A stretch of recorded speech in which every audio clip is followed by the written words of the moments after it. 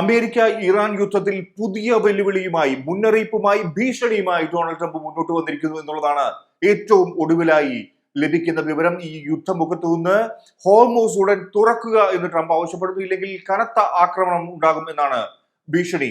ഇറാന് ട്രംപിന്റെ അവസാന മുന്നറിയിപ്പ് ഇങ്ങനെ വരുന്നു: ഹോർമൂസ് കടലിടുക്ക് ഉടൻ തുറന്നില്ലെങ്കിൽ ഇറാനെതിരെ ശക്തമായ സൈനിക ആക്രമണം നടത്തും എന്ന് അമേരിക്കൻ പ്രസിഡന്റ് ഡൊണാൾഡ് ട്രംപ് മുന്നറിയിപ്പ് നൽകിയിരിക്കുന്നു. എന്നാൽ എങ്ങനെയാണ് ഇറാൻ ഈ വിഷയത്തോട് പ്രതികരിക്കുക എന്നുള്ളത് അറിയേണ്ടതുണ്ട്. ഈ ഹോർമൂസ് തുറന്നില്ലെങ്കിൽ കനത്ത പ്രഹരം ഉണ്ടാകും എന്ന് പറയുന്നു. അതോടൊപ്പം തന്നെ ഹോർമൂസ് തുറക്കപ്പെടും അല്ലെങ്കിൽ തുറക്കും എന്ന് പറയുന്നു. അപ്പോൾ ആര് തുറക്കും? അമേരിക്ക അവിടെ വഴിയൊരുക്കും എന്നുള്ള മുന്നറിയിപ്പാണ് ഇറാന് നൽകുന്നത്. എന്തായാലും ഈ ഒരു കരാറിലേക്ക്, ഇറാൻ US സമാധാന കരാറിലേക്ക് എത്താനുള്ള ഒരു ഭീഷണി, സമ്മർദ്ദം എന്നുള്ള രീതിയിലാണ് ഇപ്പോൾ ട്രംപിന്റെ പ്രസ്താവനയെ ലോകം കാണുന്നത്. കരാറിലെത്താനുള്ള അവസാന അവസരമാണ് ഇത് എന്ന് ട്രംപ് പറയുകയാണ്. അത് നൽകിയിട്ടുണ്ട്. വീണ്ടും ചർച്ചകളിൽ നിന്ന് പിന്മാറിയാൽ വളരെ ശക്തമായ ആക്രമണം നേരിടേണ്ടി വരും. അതായത് ഈ ഒരു ചർച്ചകൾ കൊണ്ട് ഫലം കാണണം എന്നുള്ളതാണ്. ഇറാൻ വഴങ്ങിക്കൊടുക്കണം, അമേരിക്കയ്ക്ക് ഇറാൻ വഴങ്ങിക്കൊടുക്കണം, ഈ കരാർ ഒപ്പിടണം, യാഥാർത്ഥ്യമാക്കണം. അല്ലെങ്കിൽ കടുത്ത നിലപാടുമായി ഇറാൻ മുന്നോട്ട് പോയാൽ വലിയ ശക്തമായ ആക്രമണം നേരിടും എന്ന് ട്രംപ് പ്രസ്താവിക്കുകയാണ്. എന്തായാലും ടെഹ്റാൻ സംഘർഷം അവസാനിപ്പിക്കാൻ ആഗ്രഹിക്കുന്നതായി ട്രംപ് പറഞ്ഞു വെക്കുന്നുണ്ട്. അതായത് ഇറാൻ മയപ്പെട്ടു വരികയാണ് തങ്ങളുടെ ഭീഷണികൾക്ക് മുന്നിൽ, മുന്നറിയിപ്പുകൾക്ക് മുന്നിൽ എന്ന് ട്രംപ് പറഞ്ഞു വെക്കുന്നു. എന്തായാലും രണ്ടാം ലോക മഹായുദ്ധത്തിന് ശേഷമുള്ള ഏറ്റവും വലിയ സൈനിക ആക്രമണം നടത്താൻ അമേരിക്ക തയ്യാറായിരുന്നുവെന്നും എന്നാൽ അവസാന നിമിഷം ഇറാൻ ചർച്ച ആവശ്യപ്പെട്ടതിനാലാണ് അത് മാറ്റിവെച്ചതെന്നാണ് ട്രംപ് അവകാശപ്പെടുന്നത്.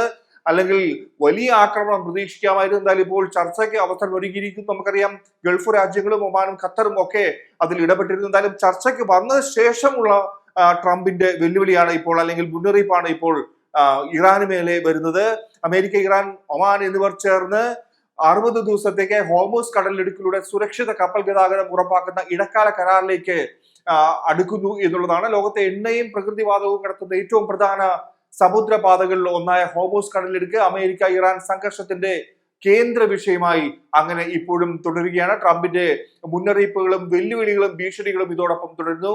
എന്നാൽ ഇക്കാര്യത്തിൽ ഇറാന്റെ പ്രധാന പ്രതികരണങ്ങൾ എന്നുള്ളത് നോക്കാം. അമേരിക്കയുടെ ഭീഷണിക്ക് വഴങ്ങില്ല എന്നതാണ് ഇറാന്റെ നിലപാട്. ഇത്രയധികം ഭീഷണിയൊക്കെ മുഴക്കുമ്പോഴും ഇറാൻ ശക്തമായ, തുടക്കം മുതൽ അവർ പുലർത്തിയിരുന്ന ശക്തമായ നിലപാടിൽ അവർ ഉറച്ചു നിൽക്കുന്നു. അമേരിക്കയുടെ ഭീഷണിക്ക് വഴങ്ങില്ല എന്ന് തന്നെ ഇറാൻ ഈ ഘട്ടത്തിലും ചർച്ചയ്ക്ക് മുമ്പും ആവർത്തിച്ച് പറയുകയാണ്. ഇത്തരത്തിൽ ഭീഷണി വേണ്ട, ചർച്ചയ്ക്ക് സാഹചര്യം ഒരുക്കുന്നുണ്ട്, പക്ഷെ ഈ ഭീഷണി വേണ്ട എന്നുള്ള നിലപാടിൽ ഇറാൻ ഉറച്ചു നിൽക്കുന്നു. ഹോർമൂസ് കടലിടുക്കിന്റെ നിയന്ത്രണത്തിൽ ഇറാന് കൂടുതൽ അധികാരം വേണമെന്ന ആവശ്യം ടെഹ്റാൻ ആവർത്തിച്ച് ഉറപ്പിച്ചു പറയുകയാണ്. അമേരിക്ക സമ്മർദ്ദം തുടർന്നാൽ മേഖലയിൽ സംഘർഷം വ്യാപിക്കുമെന്നും ഇറാൻ മുന്നറിയിപ്പ് നൽകുന്നുണ്ട്. തിരിച്ചും ഇറാൻ അമേരിക്കയ്ക്ക് മുന്നറിയിപ്പ് നൽകുന്നു. വലിയ സംഘർഷ സാധ്യത അവിടെ നിലനിൽക്കുന്നു, സംഘർഷം ഉണ്ടാകും എന്നുള്ള തരത്തിൽ. എന്തായാലും ചർച്ചകൾക്ക് തയ്യാറാണെങ്കിലും അമേരിക്കയുടെ നിബന്ധനകൾ അംഗീകരിക്കില്ല എന്നാണ് ഇറാന്റെ നിലപാട്. ചർച്ചയാകുമ്പോൾ ഇക്കാര്യത്തിൽ ഒരു സംയമനം അല്ലെങ്കിൽ സമന്വയം ഉണ്ടാകണം. അതുകൊണ്ട് തന്നെ ആ ചർച്ചയ്ക്ക് തയ്യാറാണ് എന്നുള്ള സൂചന നൽകുന്നു. പക്ഷേ സമ്മർദ്ദം വേണ്ട, ഭീഷണി വേണ്ട എന്നുള്ള നിലപാട് വ്യക്തമാക്കുകയാണ് ഇറാൻ. സമ്മർദ്ദം വർദ്ധിപ്പിച്ചാൽ അമേരിക്ക വിട്ടുവീഴ്ചയ്ക്ക് എന്ന വിശ്വാസമാണ് ഇറാനുള്ളത്. അതായത് അമേരിക്ക ഭീഷണിപ്പെടുത്തുന്നു, ഒപ്പം സമ്മർദ്ദം ശക്തമാക്കാൻ ഇറാനും തയ്യാറെടുത്തു നിൽക്കുന്നു. അല്ലെങ്കിൽ ഇറാൻ അത്തരത്തിൽ അമേരിക്കയ്ക്ക് മേൽ സമ്മർദ്ദം ചെലുത്തുന്നു. ആ സമ്മർദ്ദത്തിലൂടെ അമേരിക്ക വഴങ്ങും എന്നുള്ള നിലപാടിൽ തന്നെയാണ് ഇറാൻ ഉള്ളത്. ഹോർമൂസ്, ചെങ്കടൽ തുടങ്ങിയ പ്രധാന സമുദ്രപാതകളിൽ സമ്മർദ്ദം തുടരുമെന്ന സൂചന ഇതിനോടകം തന്നെ ഇറാൻ നൽകിയിട്ടുണ്ട്. ഇത് വ്യക്തമായ സൂചനയാണ് അമേരിക്കയ്ക്ക് മുന്നിൽ നിലനിർത്തുന്നത്. ആണവ പദ്ധതിയിൽ വിട്ടുവീഴ്ച ചെയ്യില്ലെന്നും അമേരിക്കൻ സൈനിക ഭീഷണിയെ ഭയക്കുന്നില്ലെന്നും ഇറാൻ നേരത്തെ തന്നെ വ്യക്തമാക്കിയിട്ടുള്ള കാര്യമാണ്. ഇപ്പോൾ രൂപപ്പെടുന്ന ചിത്രം ട്രംപ് ഹോർമൂസ് ഉടൻ തുറക്കുക എന്ന് ആവശ്യപ്പെടുന്നു, ഇല്ലെങ്കിൽ ശക്തമായ ആക്രമണം വേണമെന്ന് പറയുന്നു. അപ്പോൾ ഇറാൻ എന്താണ് പറയുന്നത്? ഭീഷണിക്ക് വഴങ്ങില്ല, സമ്മർദ്ദം തുടർന്നാൽ തിരിച്ചടിയും ഉണ്ടാകും, സമ്മർദ്ദവും വർദ്ധിപ്പിക്കും എന്നുള്ള നിലപാടിൽ തന്നെ ഇറാൻ ഉറച്ചു നിൽക്കുന്നു. ഇതോടെ ഇരു രാജ്യങ്ങളും കടുത്ത നിലപാടിൽ തുടരുന്ന സാഹചര്യത്തിൽ ഒമാനും ഖത്തറും ഉൾപ്പെടെയുള്ള ഗൾഫ് രാജ്യങ്ങളുടെ മധ്യസ്ഥ ശ്രമങ്ങളാണ് ഈ ഒരു സംഘർഷം വലിയ യുദ്ധത്തിലേക്ക് നീങ്ങാതിരിക്കാൻ ഇപ്പോൾ ഏറ്റവും നിർണായക ഘടകമായി കണക്കാക്കപ്പെടുന്നത്. ഇറാന്റെ പുതിയ തന്ത്രം ഇക്കാര്യത്തിൽ എങ്ങനെയെന്ന് നോക്കാം. കാരണം അമേരിക്ക ഭീഷണി മുഴക്കുമ്പോൾ ഇറാൻ അവരുടെ തന്ത്രങ്ങളിൽ ഉറച്ചു നിൽക്കുന്നു. തന്ത്രം മാറി മാറി പരീക്ഷിക്കുകയും ചെയ്തു. അമേരിക്കയെ സാമ്പത്തികമായി മുട്ടുകുത്തിക്കാൻ ടെഹ്റാന്റെ നീക്കം നടക്കുകയാണ്. സാമ്പത്തികമായി മുട്ടുകുത്തിക്കാനുള്ള നീക്കമാണ് നടക്കുന്നത്. അതായത് നേരിട്ടുള്ള യുദ്ധമല്ല. ഇറാൻ നേരിട്ട് അമേരിക്കയുമായി ആക്രമിക്കുന്ന ഒരു സാഹചര്യമല്ല.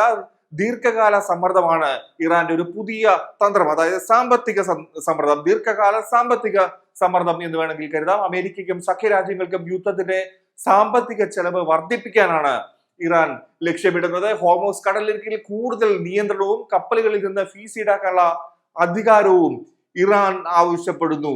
ഹോർമൂസ് മാത്രമല്ല, ചെങ്കടലുണ്ട്, അതുപോലെ ബാബൽ മദം, സൗദിയുടെ എണ്ണ അടിസ്ഥാന സൗകര്യങ്ങൾ എന്നിവയും സമ്മർദ്ദ ആയുധമാക്കാനാണ് പദ്ധതി. അപ്പോൾ ഗൾഫ് രാജ്യങ്ങളിലേക്കും ഈ സമ്മർദ്ദം കടന്നു ചെല്ലുന്നു. അത് അമേരിക്കയ്ക്കും ഗൾഫ് രാജ്യങ്ങൾക്കും ഒരുപോലെ ഭീഷണിയാകുന്നു. അത്തരത്തിലൊരു ഭീഷണി ഇറാൻ മുന്നോട്ട് വയ്ക്കുകയാണ്. അതുകൊണ്ട് തന്നെ അമേരിക്ക ഇക്കാര്യങ്ങൾ പരിഗണിച്ച് വഴിക്ക് വരും എന്നുള്ള തികഞ്ഞ ചിന്തയിൽ തന്നെയാണ് ഇറാനുള്ളത്.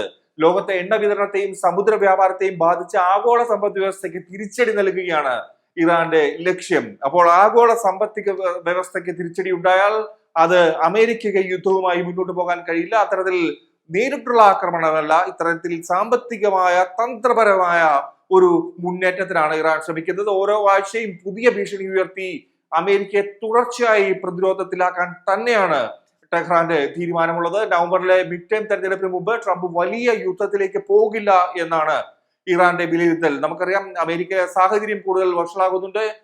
ട്രംപിനുള്ള അംഗീകാരം അല്ലെങ്കിൽ ട്രംപിനോടുള്ള ചായ്വ് അമേരിക്കൻ ജനതയ്ക്ക് കുറഞ്ഞു വരുന്നു. അവിടുത്തെ ആഭ്യന്തര പ്രശ്നങ്ങളുണ്ട്. സമ്മർദ്ദം കൂടുന്തോറും ട്രംപ് ഒടുവിൽ വഴങ്ങുമെന്ന വിശ്വാസത്തിൽ തന്നെ നിൽക്കുന്നു ഇറാൻ. അത്തരത്തിൽ പലവിധ സമ്മർദ്ദങ്ങൾ ചെലുത്തുകയാണ്.